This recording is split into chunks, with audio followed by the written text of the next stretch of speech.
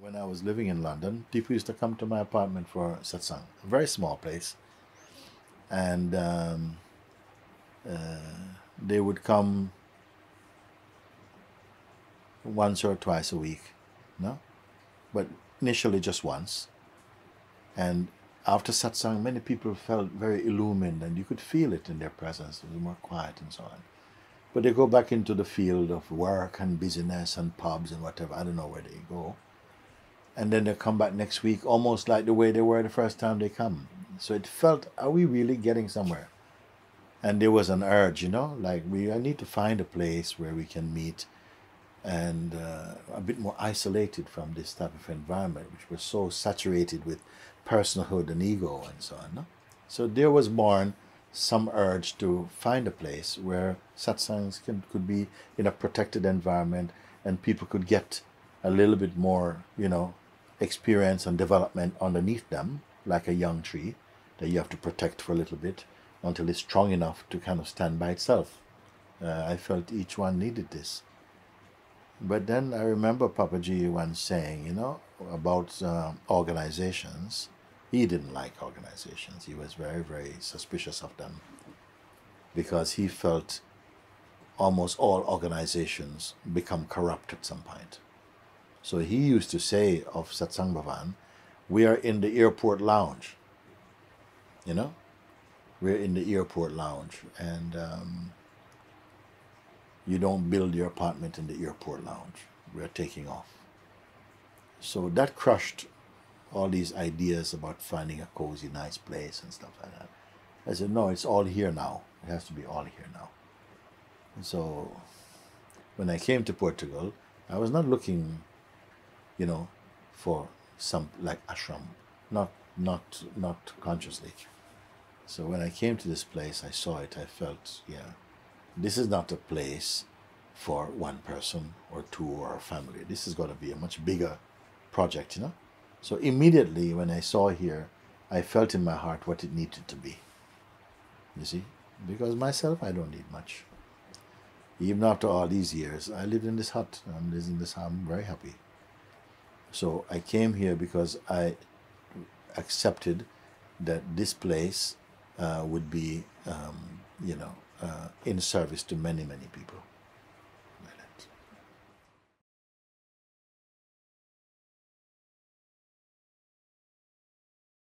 Every type come here, and I like that. I don't have any type of person that if you want to use the type as being someone who's attracted to spirituality, then you can say that type come here. So not just any type just walking. No, people who are genuinely attracted to spirituality, but they come from many different countries, from many different walks of life, even from different spiritual disciplines, different religions and so on, because we're not trying to convert anybody into any kind of religious direction or something. The religion for me is just to discover the God inside yourself. That's all. Very simple and very simple in this way. So those kind of people come here and find what they are searching for, which is a freedom from wrong identity, false ideas, misconceptions about life, and find peace and joy and happiness. Being with other people, they can be happy. Being by themselves, they can be happy.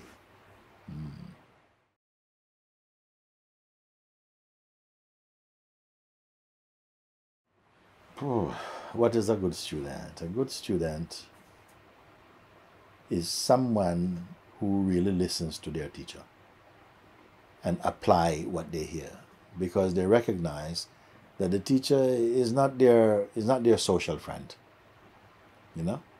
It must be someone who they have the confidence in. This one is what this one teaches is what this one is. You see? Because the teacher, if the teacher lives on the premises, is a perfectly visible thing to see how does that teacher live. Is he speaking about, brotherhood, but he's very about people criticizing, or, is he talking about simplicity but gathering a lot of money? Is he, whatever. So teacher has to be open, you know, he has to be that. Then the student gains confidence. I want to be more like that. It's not just words, not just saying, you know, you have to be like this, you have to be like that, and the teacher is different from that. No, it has to be that that one is a living example also. He's the living embodiment of what they're speaking, he or she or whatever. No? So, what is a good student? A good student is one who is in earnest listening and application of the guidance they are given or offered. And they make use of them. And you can see a transformation in their behavior, in their presence. You see, and I know this is true because many people are here now. And there are some who come and visit every year or every 2 years, you see them. And I'm always keen to hear from them because so many have come and said, oh, you know, but these are not the same people. They are the same people and they are not the same people. So what do you mean by that? Well, I know if I'm looking at Lakshmi, or I know if I'm looking at Krishna, but I know if I'm looking at Chetan or someone, I know if I'm looking at Ribu, you know, that it is Ribu. But what I'm feeling more is I'm not seeing them more in their personality so much. There is there's a glow, there's a presence, there's a silence in them, there's a wisdom in them. And that was not so visible before. You see? So they are a better gauge of how people have progressed. It's like if you have your children, they're growing, but you're not really aware so much of their growth. But their auntie or uncle come from New Zealand, comes, ooh, he's grown quite a lot. And the father think, oh yeah, actually. Yeah. You see, if you're growing up, you're not aware.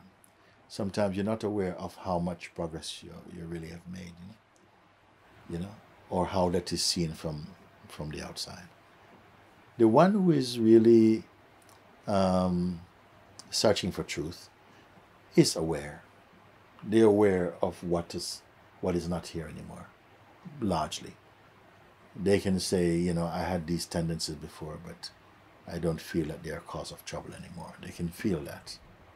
But the impact of their growth is felt by others a lot.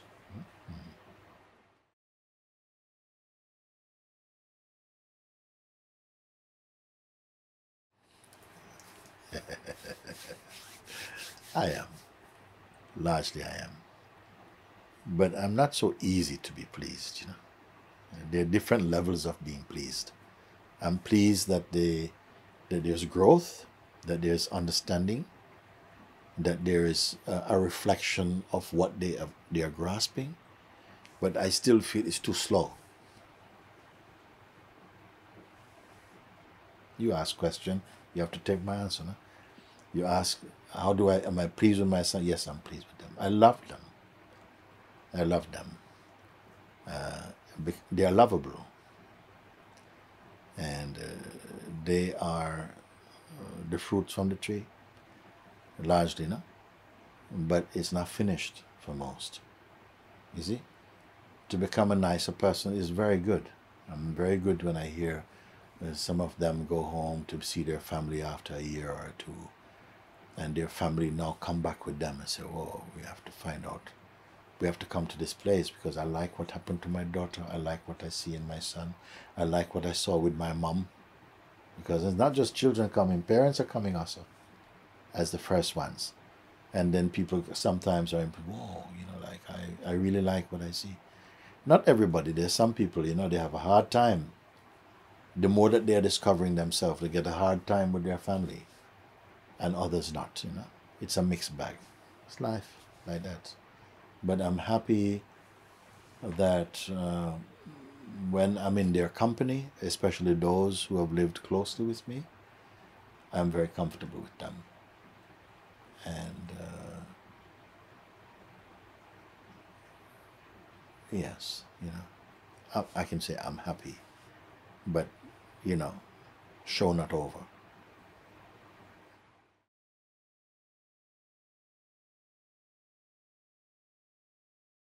Show being over mean that I have a confidence I see in them that if they were on their own in a physical way, if I'm no more here in my farm or something like that, I would not be worried for them. That they are sufficiently established in their own consciousness that they will be, their actions will be navigated from that central recognition. They are one with themselves again. Yes, of course, sometimes some waves, an old tendency from the past may come, but it doesn't come and have a free room in their house. They're able to use that and not to just grumble. Oh, well, no, that this one is not my student. I don't regard such a one as my student. When those tendencies come, and they will come, they are kind of welcomed, not celebratory, but you see that they have something to show you. They have something to show you. Even your enemy trying to do something to you has something to teach you. And you must be like that. You must learn. So some lessons are painful, but they are necessary that you transcend them. That would be game over, show over, meaning that you've crossed back over the threshold that you went forward into delusion, and you've come back down into a secure place of your own self, if I want to call it secure. I have to sometimes use words that if I'm by myself, I would not use those words. But for people to understand, I say secure only meaning that these people will not be so easy to be distracted from themselves or to fall into long states of delusion. Then I'll be happy with them. Is there anybody like that? Yes. You said there are a few. Yeah, there are a few. There are a few I feel like this about. And there are quite a few who have not fully crossed over into themselves yet. They are grounded in the understanding. They feel the fruits of that understanding. They may still have some lingering tendencies in the field of personhood. Some little thing is there, and I watch them to see how much they are still invested in those energies. If they are very invested in those energies, I will approach them and ask them, where are you at with all this? And if they said, I want to go and take care of this, I tell them, I dismiss them to go and take care of that. Because two kings cannot sit on one throne. You must know where you stand. And I say this, it might sound hard, but I have different levels of students. I have people who are, sniffing, look around. There are people who come and they feel something and they watch the YouTubes and they watch and they keep up and they write letters and they may have Facebook page and this type of stuff. Then I have people who will come to Sahaja, maybe want to work in Sahaja, to be here, to be more on a daily level with the life, how life unfolds, and to be in that energy field. But they're not totally yet dedicated into the truth.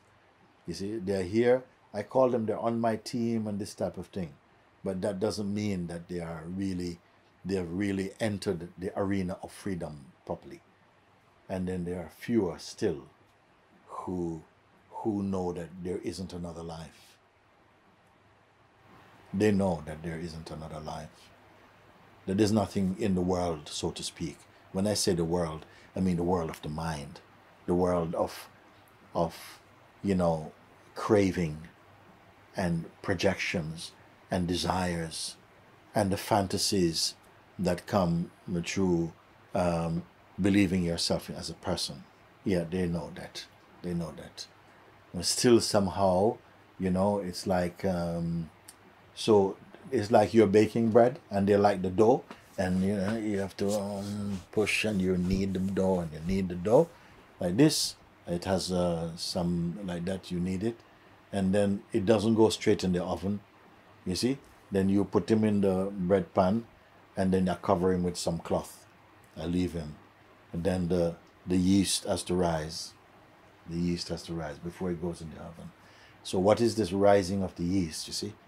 is somehow, it is like a marinating in the essence.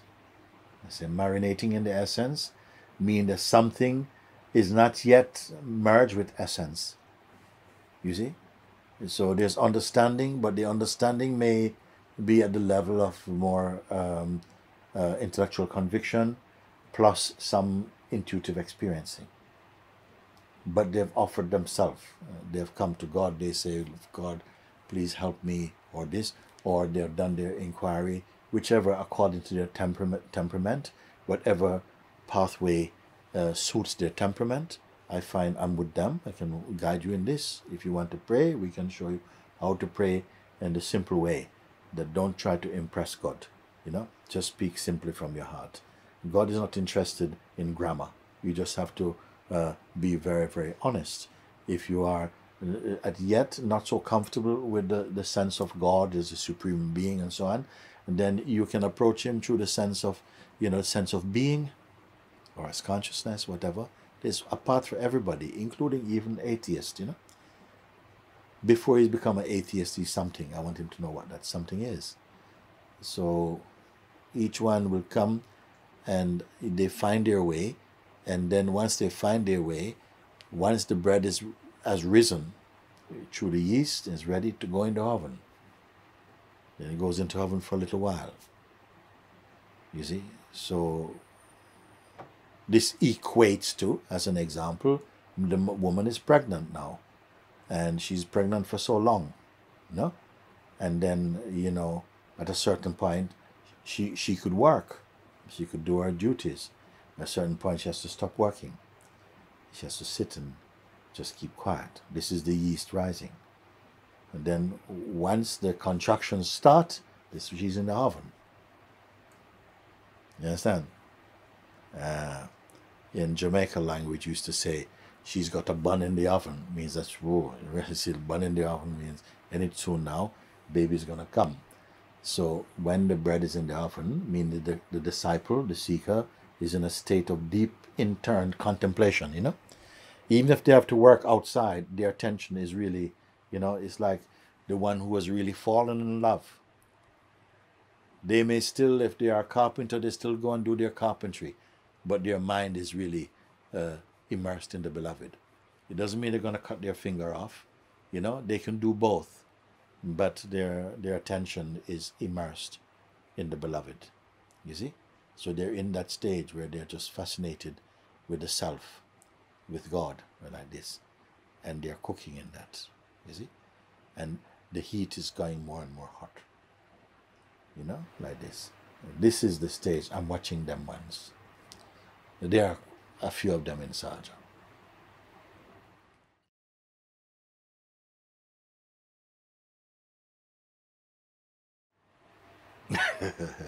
Thank you. I like it, the question. How I experience myself. How I experience myself. First of all, myself is just like a vast expanse of emptiness that is with this body right now. And without doing anything, I'm not trying to enjoy, but I can't help enjoy. My life is just joy and peace.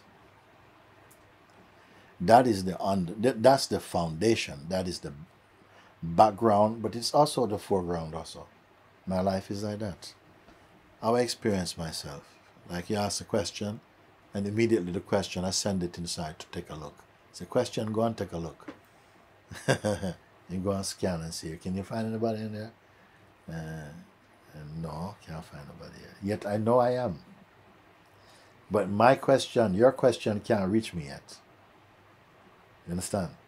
Because your question happens inside me, and it's enjoyed also. What did your question ask? How do I experience myself?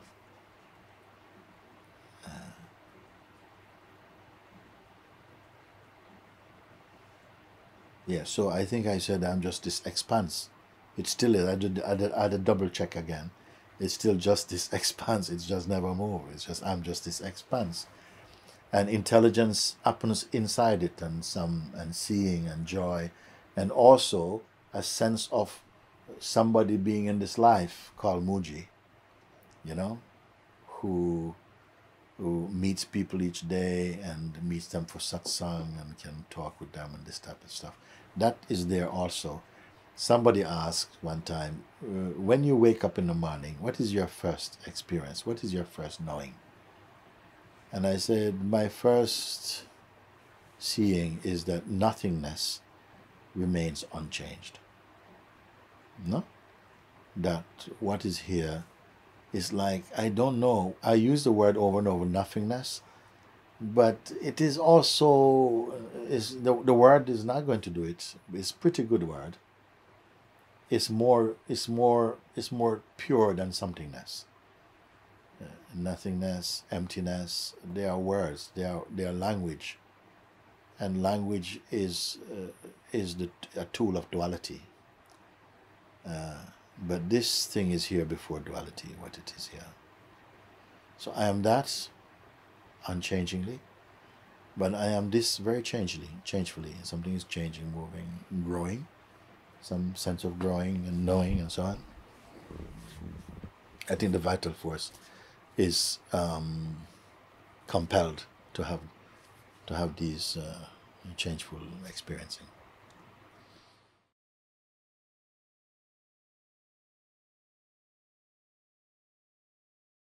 I've been speaking more recently of these two expressions of consciousness, one I call Saguna Brahman, one I call Nirguna Brahman. So in answering your question, I have to tell you a little bit about what I mean by that.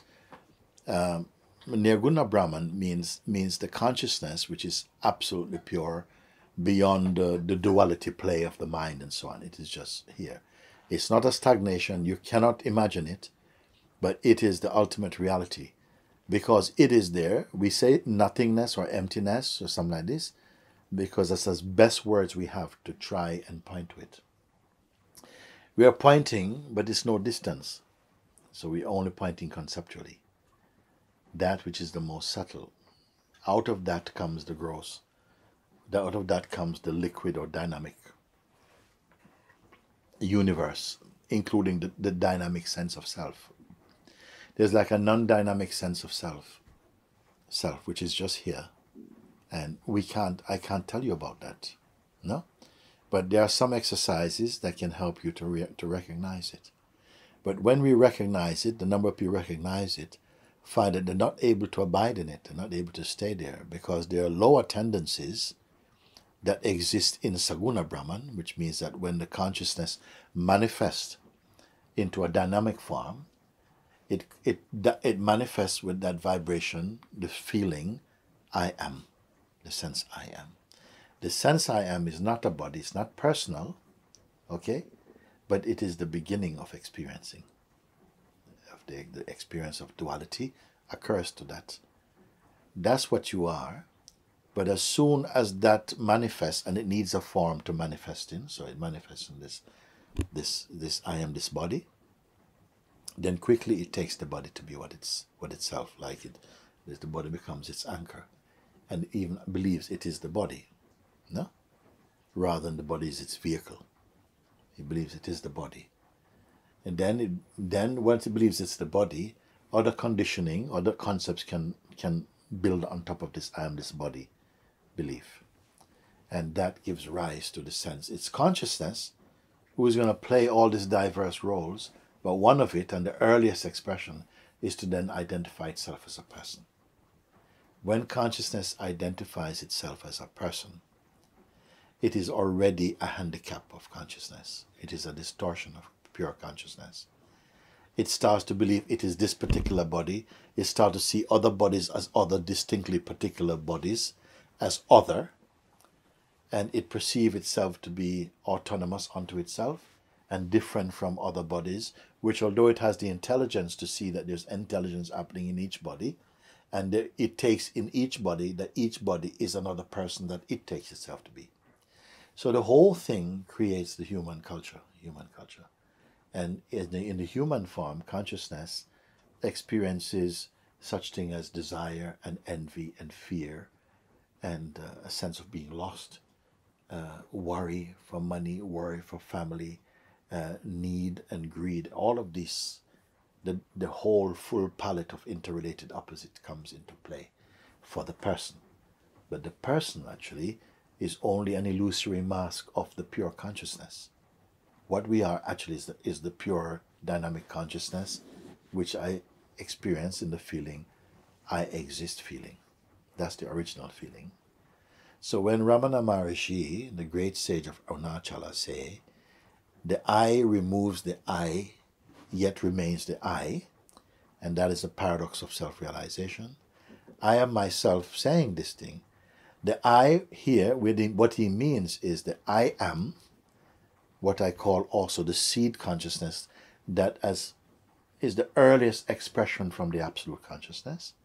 That seed, the vibration I am, this is I call the child of the Supreme, the Christ consciousness, the Krishna consciousness, or so on. The consciousness that can experience and discern and to diversify and come back to its original nature.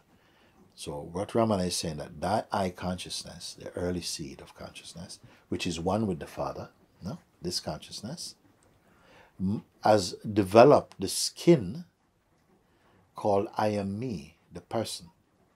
And this I am me person creates all kind of suffering, unpleasantness, and struggles in the field of the dynamic consciousness. But consciousness needed to experience all those things. But it suffers when it believes that it is the one who is experiencing them personally.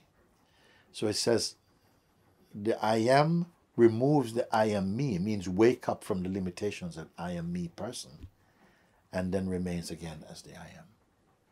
And so that's the paradox. That is the paradox of self-realization. I call that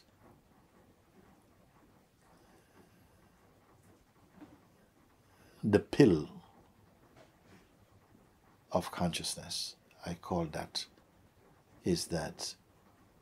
is existence, consciousness in existence in a nutshell. That all of this life is about that.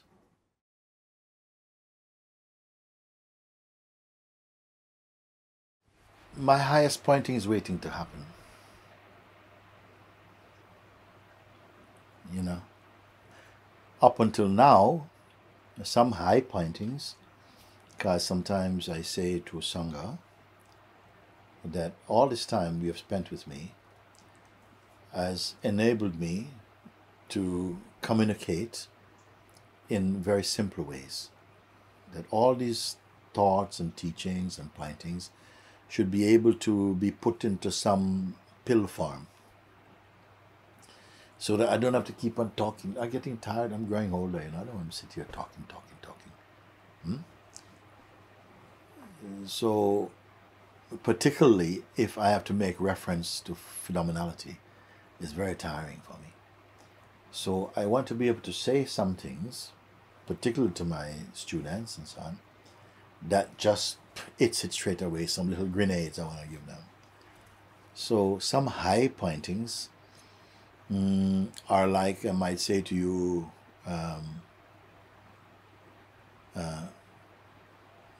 remain in the zero place.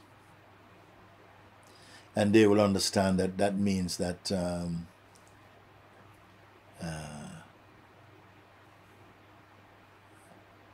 like sometimes I'd say when you start counting, count to 10, and people start 1, 2, 3, 4, 5, 6, 7, 8, 9, 10. Nobody mentions zero. Okay? So I say, you be the zero place. My students have to understand what it means. It meaning that you cannot be interacting with something else. You are at the zero place. It's a very subtle understanding, because to get to that place of assimilating that pointing and following it, you have had to be listening to me for a while. Otherwise, your mind cannot accept this concept of zero. You can't do it. It's too complex, too complicated.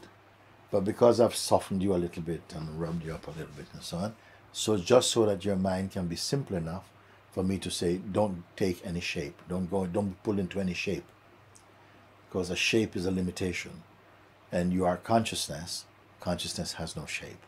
It can assume a shape, like water. If you put water into this glass, then the water almost looks like the shape of the glass. But if I pour the water out, it won't look like a poured glass. You see, it has no shape. The consciousness is like this. Whatever shape, if I put it in another vessel, is going to take the shape of that. But that is not its constitutional fundamental shape. It has no shape. The shape of water has no shape. So consciousness is like that. And when the consciousness doesn't go into shape, what I mean that by that initially, I'm speaking to the sense of presence that you will feel to be yourself. After you've moved more subtly from the sense of person, the conviction of being a person, to now experience the sense of presence, the sense of conscious presence, you see, like that, once you move to this, then you're able to see, yes, actually, I'm not this form. You know I'm not the form. But you're still appreciative of the form. But you know that the form is not what you are. You're the energy or the intelligence or the spirit in it. You know this now.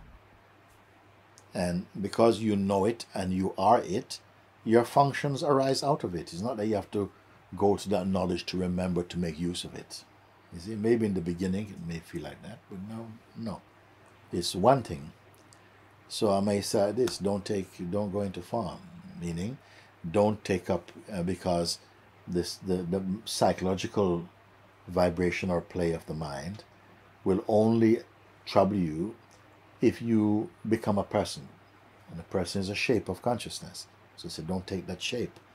Because if you remain shapeless, you can still understand things even more fully. So going into shape is to reduce your power, to get into a contracted state where your powers are so limited. Don't take that shape. So my students should understand that. If I tell them you are nothing, they won't take it as an insult. They should be very, very happy. Guruji, thank you for reminding me. You see? Elsewhere in the world, somebody will say, hey, why are you calling me nothing? Because they will not understand. They've got a very ego mind. My students should not have ego mind. What is the highest teaching? Highest pointing. You are the one you have been seeking. You are the self. But I could not say that to people, and that would be enough. It would not be enough. So I might say to them, why are you behaving like you are something other than what you are? Then they'll know what I'm speaking. So I don't know. There are many more things I can say. As much as you go ripe, they'll find something more to tell you. Something different. There will come a time I will just look at you and then everything will drop away. You have to become that succinct, that receptive, that pure, that I will look at you and it will all, But some people are, that is effective even now. Even they're not officially any student of mine. It may happen by the grace of God that just a contact with them or even a hug and their idea of themselves has completely dropped away. It may pick up again, but that impact and nothing else have made on their lives. People say, oh, Mooji, your teachings are so simple and so. Yeah, I sweep out the rest. That is not simple, because I think it just crowds the room. Say something is simple here. Can you get this? If you get this, forget about learning about all the different trees and stuff like this. No, if you have to come to Sahaja, you may not know what one tree is, but you still say Sahaja. Oh, I love Sahaja. So you don't have to know all those things. You simply have to know this thing. What is this thing? And who am I to know it? You just, little question, if that happens in you, then I'm not worried about you. That's all. That's happening in you will reveal your inner teacher. Your inner teacher is going to not become your inner teacher anymore at a certain point. But you'll be teaching, you'll be a student, and you as a student is going to vanish one day. When you vanish, your teacher will vanish one day. And whatever is left is the same thing that's right here today. You see? So it's a mystery, but I don't know for who. Just for the intelligence of consciousness.